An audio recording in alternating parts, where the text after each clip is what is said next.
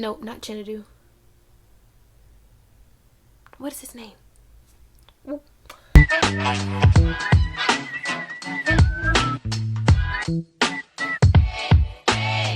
B, C, D, E, F, G.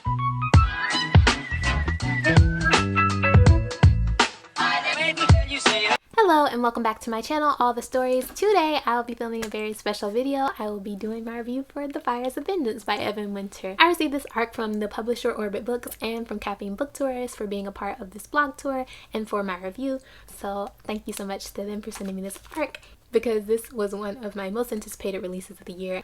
So Fires of Vengeance is the sequel to The Rage of Dragons, and it's book 2 in the Burning series by Evan Winter. So today I'll be reviewing this. So as you already know, since this is book 2, there will be mild spoilers for book 1. So if you have not read book 1 or do not want to be spoiled for book 1, I recommend you reading book 1 before watching this video. And before I hop into the review, I did want to let you know that there is a giveaway associated with this blog tour. So make sure you go down below and I will have a link to post it to the giveaway where you can enter your information for a chance to win a finished copy of The Rage of Dragons and The Fires of Vengeance. So one winner will be picked, and that winner will get a finished copy of both books. This giveaway is open internationally, so anyone worldwide can enter, and the last day to enter is November 11th. And that is Philippine time, so at 11:59 on November 11th Philippine time, the giveaway will end and the winner will be selected. So make sure you go down below and click on the link in the description to enter the giveaway. So The Fires of Vengeance is an adult fantasy book written by Evan Winter. It is coming out November 11th, and I'm just going to hop into my review. So first I'm going to give you a brief synopsis of the book and also some trigger warnings. So the synopsis is: desperate to delay an impending attack by the indigenous people of Zeta, Tao and his queen craft a dangerous plan. If Tao succeeds, the queen will have the time she needs to assemble her forces and launch an all-out assault on her own capital city, where her sister is being propped up as the true queen of the Omahai. If the city can be taken, if Siora can reclaim her throne and reunite her people, then the Omahai might have a chance to survive the coming onslaught. Some trigger warnings for the book are graphic violence, death, loss, and grief, depictions of PTSD and other mental health disorders, suicide and suicidal thoughts, and also dealing with chronic pain and chronic suffering.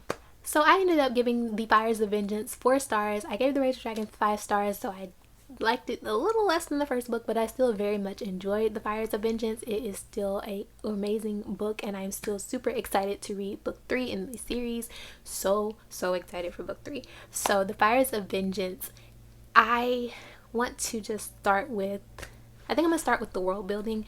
Okay, so The Fires of Vengeance has way more world building than The Rage of Dragons did. It goes into a lot about the history of the Omahai people and where they came from and how they got to be where they are and what caused them to leave, and it goes a lot more into what the call is and what happened to them back on their homeland of Osante, and it was so interesting. That was probably one of my favorite parts of the book, was learning more about the Omahai and where they came from and why they are here, and how the social class system kind of came in to be set, and the difference between nobles and lessers and all of that went into the creation of the social class system. And it also goes into like why how the queen and her champion dynamic was made and how it like started, and I really enjoyed all of that. It was so interesting to read about the history and learn more about why things are the way they are in the book and with regards to the Omahai people. So that was probably one of my favorite parts of the book, because it was something I was very curious about when I was reading The Rage of Dragons,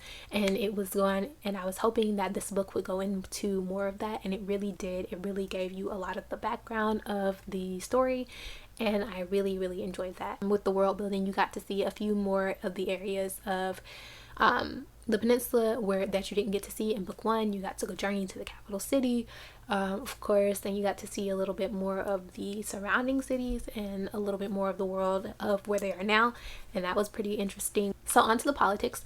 There was not a lot of politics in book 1 because Tao was just a foot soldier and it was more focused on his personal journeys, but there was a lot more politics in book 2 now that Tao is the queen's champion and he answers to the queen, and of course they're in the midst of the civil war. There's a lot of more political things that are happening in this book than in book 1, so you do get a lot more of that and a lot more of Tao kind of becoming a part of the decision-making processes of governing the chosen and ruling the chosen, and also ruling a people that are constantly at war, and a lot of the decisions that go into that. So it was really nice to see more of that side of the world than we saw in the previous book. So the characters, the cast of characters, we do still have most of the cast of characters from book 1. So we have Tao and Hadith and Udwak and Chinadu. No, not Chinadu. What is his name? So you do get more of Tao, Hadith, Udwak, and the other of Tao's sword brothers who survived book 1. You get a lot more of them. You get a lot of Siora and Naya, who we met at the end of book 1. You get a lot more of Kellen Oker. So all the characters from book 1 that survived the end of book 1, you do get a lot more of them, and it's not so much focused on Tao as much as it's still focused on Tao, but you get a lot more of other characters as well. Like book 1 was almost primarily just Tao, and the other side characters kind of came into play in bits and pieces, but you do get a lot more of Siora and Hadith and Udwak and all the other characters. You also do get a lot more of the female characters, since there weren't really many in the first book at all, besides the very end where you were introduced to Siora and Naya. So you get a lot more female characters throughout the story. You have Siora and Naya, and then you have like 3 other female characters that come into play, new characters that we've never met before that are involved in the events of the book as well. So that was very interesting and very nice to see that these female characters take more of a role in the story. So for the characters, I really like where Udwak and Hadith's story went. I liked them in the story a lot. I really love Siora and just seeing more about her, because you don't really get much of Siora in book 1, and she is very much a main character in book 2. So for our main character, Tao, I enjoyed Tao, and I am glad to see Tao having some growth in book 2, because he did not have growth in book 1. He had very little growth in book 1, but he had more growth in book 2. However, I had a problem with Tao that I didn't have in book 1. In book 2, Tao made some questionable decisions, and okay, Tao made questionable decisions in book 1. Let's not lie and say he didn't, because he did. But in book 2, he made in book 1 he made questionable decisions, but the questionable decisions he made in book 1 were decisions I expected Tao to make based off of Tao's personality and Tao's rationale and how he thinks. I understood every decision Tao made in book 1. It was very understandable to see why Tao reacted the way he did in book 1, why he made the decisions he did in book 1. It was never one moment where he was out of character in the decisions he made. He was very on character. It was very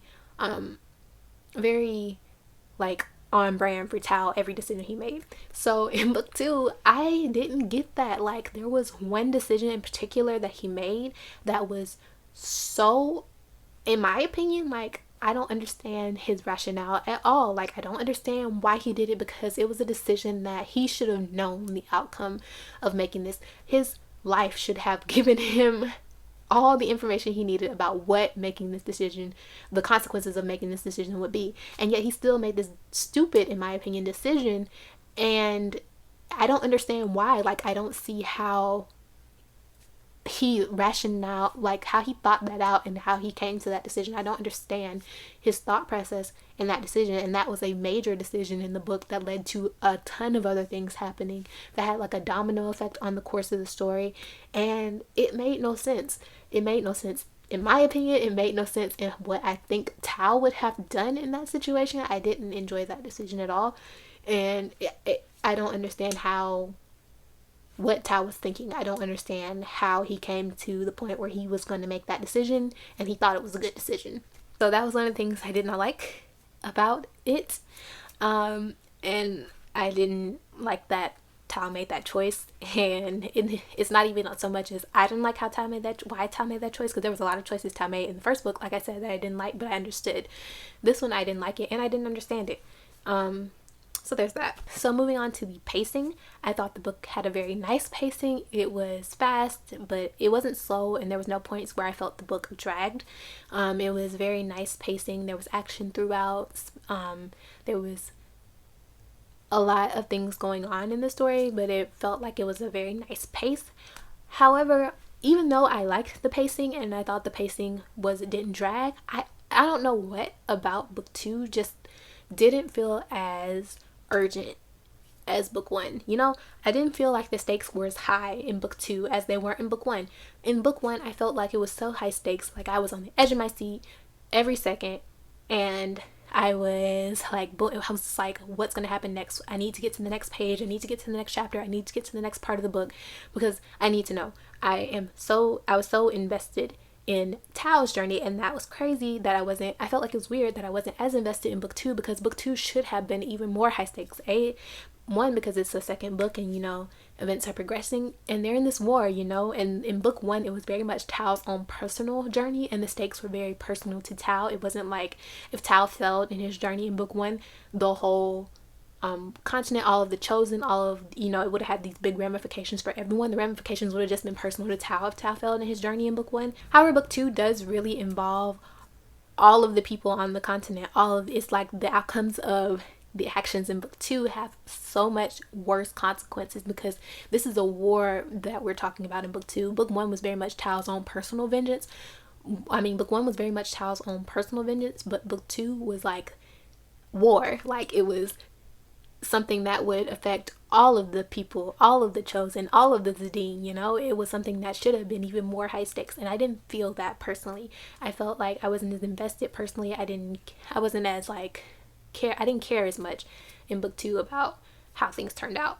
I cared about how things turned out, as in I didn't want them to lose, and I did. So I'm not saying I didn't care at all, but I was more invested, and I felt like the stakes were higher, in my opinion, like personally, in book 1 than in book 2.